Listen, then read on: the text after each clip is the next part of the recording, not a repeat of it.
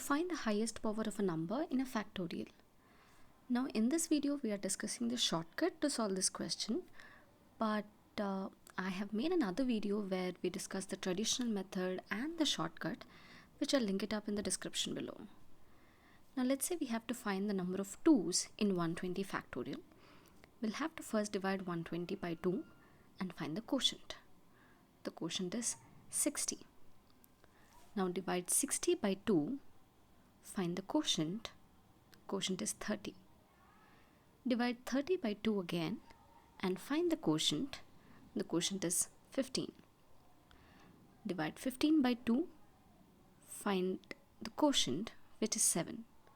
Divide 7 by 2, the quotient is 3, and divide 3 by 2, the quotient is 1. Now you can stop your calculation at this point of time because 1 is smaller than the number that we are dividing with. Now add all the quotients. Be careful, do not add 120 along because 120 is not the quotient. That gives us 116. So the highest power of 2 is 116. Now if we'll have to find the number of 5's in 256 factorial, we'll have to divide 256 by 5.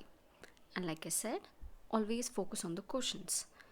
256 when divided by 5, the quotient is 51.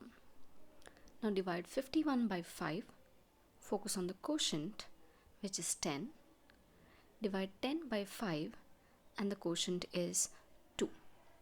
Now add all the quotients, which gives us 63. So there are 63 5's in 256 factorial.